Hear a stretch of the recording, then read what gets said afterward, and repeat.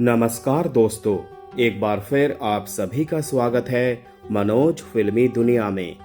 Rocky और रानी की प्रेम कहानी में धर्मेंद्र और शबाना आजमी की लव स्टोरी वाला एंगल जनता को बहुत पसंद आया था। दोनों सीनियर एक्टर्स का किसिंग सीन भी जनता को बहुत क्यूट लगा। धर्मेंद्र की एक्शन हीरो वाली इमेज जनता के दिमाग में ज्यादा छपी हुई है, मगर अपने दौर में वो एक जबरदस्त रोमांटिक हीरो भी थे जिन पर हीरोइनें अपना दिल न्यौछावर कर दिया करती थी। दोस्तों, वीडियो में आगे बढ़ने से पहले प्लीज मेरे चैनल को सब्सक्राइब करके बेल आइकन को जरूर प्रेस कर दीजिएगा। तो चलिए दोस्तों, वीडियो को शुरू करते हैं। करण जौहर की फिल्म रॉकी और रानी की प्रेम कहानी जनता के दिलों में उतर चुकी है। फिल्म में लीड रोल कर रहे रणवीर सिंह और आलिया भट्ट की केमिस्ट्री तो जनता को पसंद आई ही, मगर कहानी में एक और लव स्टोरी है जो मेकर्स ने ट्रेलर या गानों में रिवील नहीं की थी। लोग थिएटर्स में एक लव स्टोरी देखने जा रहे हैं और दूसरी के प्यार में पड़कर लौट रहे हैं। दोस्तों, अगर आपने अभी तक फिल्म नहीं देखी है तो आगे ना सुने, आगे तगड़ा स्पॉइलर भी है। रॉकी के दादाजी कंवल लुंड और रानी की दादी जामिनी चटर्जी एक्स लवर्स हैं। शिमला शायरी और एक खूबसूरत शाम से जुड़ी ये प्रेम कहानी फिल्म की रीढ़ है। अब अपनी याददाश्त से जूझ रहे व्हील चेयर पर बैठे कंवल साहब को रह रहकर जामिनी याद आती रहती हैं। उनकी पत्नी, बेटा और पोता नहीं जानते कि ये जामिनी कौन है। इसी जामिनी को खोजने रॉकी निकलता है तो रानी से जा टकराता है। कंवल और जामिनी का दोबारा मिलना, अपने पुराने दिन याद करना और रॉकी रानी की लव स्टोरी की जमीन तैयार करना करण जौहर की फिल्म का सबसे प्यारा एंगल है। धर्मेंद्र और शबाना आजमी की केमिस्ट्री फिल्म में इतनी खूबसूरत है कि इसे देखते हुए आप लगातार मुस्कुराते रहते हैं। दोनों एक्टर्स को उनकी परफॉर्मेंस और इस उम्र में इतनी सहजता से बेहद प्यार भरा किसिंग सीन करने के लिए खूब तारीफ भी मिल रही है। शबाना आजमी ने अपने कैरियर में सालों तक लगातार इतने अलग अलग किरदार और एक्सपेरिमेंट किए हैं कि दर्शक उन्हें किसी भी रोल में देखकर चौंकते नहीं हैं। लेकिन रॉकी और रानी की प्रेम कहानी देखते हुए ऑडियंस धर्मेंद्र का इश्क का मरीज वाला अवतार देखकर बहुत सरप्राइज होती है। शायद ये असर खुद धर्मेंद्र की ऑन स्क्रीन इमेज की वजह से है। 80 और 90 के दौर में धर्मेंद्र को एक एक्शन हीरो की ऐसी इमेज दी जो उनके नाम के साथ ही जुड़ गई। सन्नी देओल के 2.5 किलो का हाथ वाले डायलॉग से सालों पहले उनके पापा धर्मेंद्र सीता गीता में अपना 3 किलो का हाथ गुंडों की हड्डियों पर आजमा चुके थे। लेकिन गरम धर्म और ही मैन जैसे टाइटल से पहचाने जाने वाले धर्मेंद्र पर्दे पर हमेशा से अपने डोले ही नहीं चमकाते रहे हैं। धर्मेंद्र को शुरू से ही डायरेक्टर्स ने एक दमदार एक्टर माना। उन्हें रोमांटिक किरदारों में भी इतना कास्ट किया गया कि एक जमाने में वो लड़कियों के दिलों पर राज किया करते थे। करण जौहर ने रॉकी और रानी की प्रेम कहानी में धर्मेंद्र को एक तरह से रीडिस्कवर किया है, मगर एक दौर में वो हिंदी सिनेमा के पर्दे के सबसे हैंडसम पुरुष थे। रिपोर्ट्स बताती हैं कि 70 की दशक में एक समय उनका नाम दुनिया के 10 सबसे हैंडसम पुरुषों की लिस्ट में गिना जाता था। धर्मेंद्र के लुक्स को हॉलीवुड के आइकॉनिक स्टार्स पॉल न्यूमैन और जेम्स डीन के बराबर रखा जाता था। एक टैलेंट हंट को अपनी सॉलिड एक्टिंग के बूते जीतकर फिल्मों में आए धर्मेंद्र को सीधा बिमल रॉय और गुरुदत्त जैसे लेजेंड डायरेक्टर्स ने अपनी फिल्मों में कास्ट किया। आज जैसे जनता को धर्मेंद्र का गरम धर्म अवतार ही याद है, ऐसे ही अपनी एक्टिंग का लोहा मनवाने के बावजूद कई बार उनकी ठोस बॉडी खुद उनके ही काम में रोड़ा बन जाती थी। शुरुआती फिल्मों के रिलीज होने का इंतजार करते धर्मेंद्र लगातार इंडस्ट्री में काम खोज रहे थे। इसी बीच उन्होंने R.K. नैयर की फिल्म लव इन शिमला के लिए ऑडिशन भी दिया। बाद के एक इंटरव्यू में धर्मेंद्र ने बताया कि ऑडिशन के बाद डायरेक्टर ने उन्हें कहा, मुझे हीरो चाहिए हॉकी प्लेयर नहीं।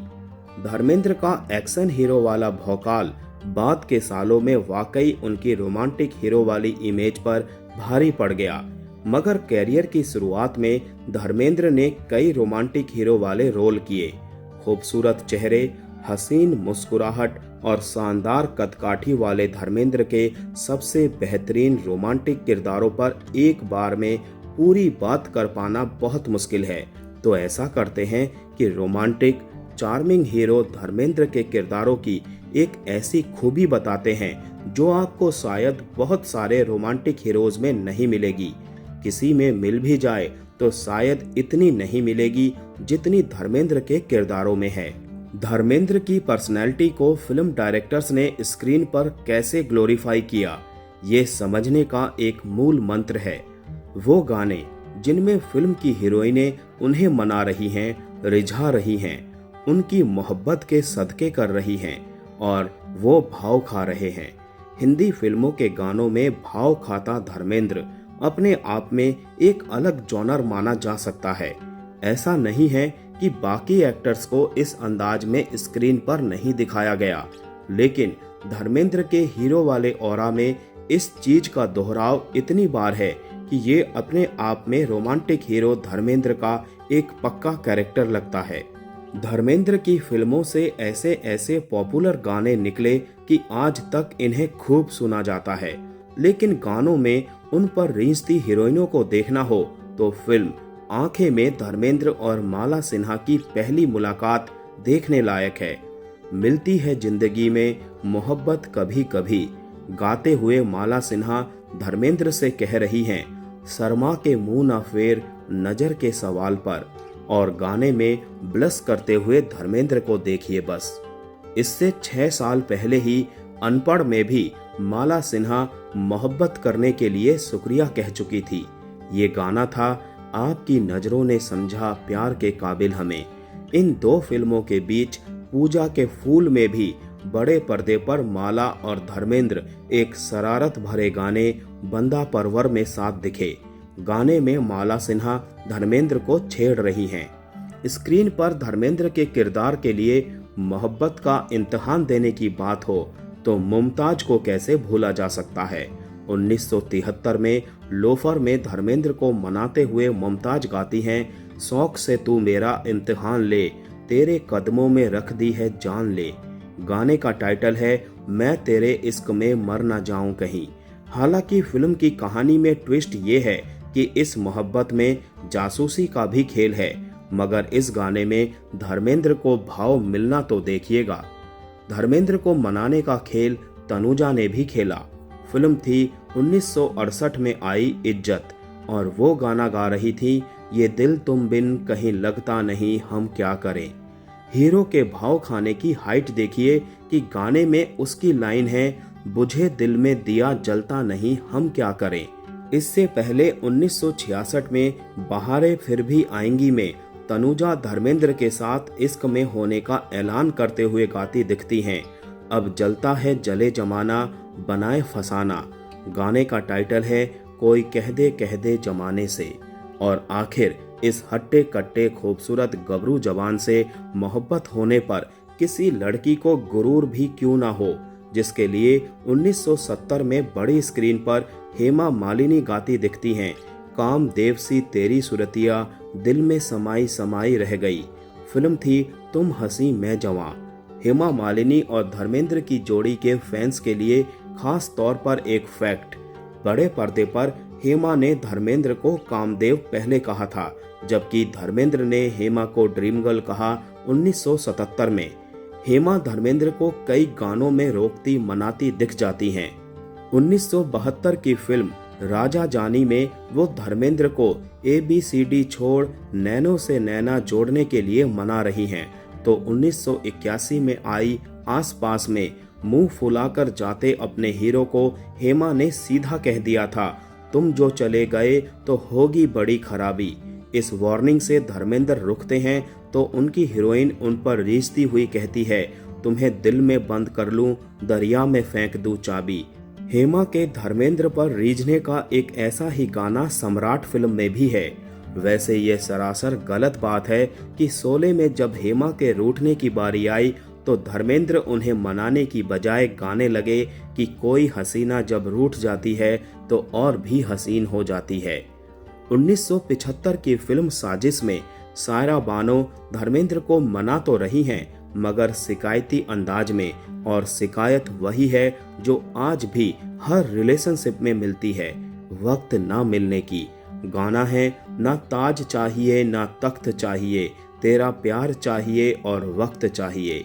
समाधि फिल्म में धर्मेंद्र पर रीझते हुए उनकी पत्नी का रोल कर रही आशा पारेख गा रही हैं, जब तक रहे तन में जिया, वादा रहा ओ साथिया, हम तुम्हारे लिए तुम हमारे लिए।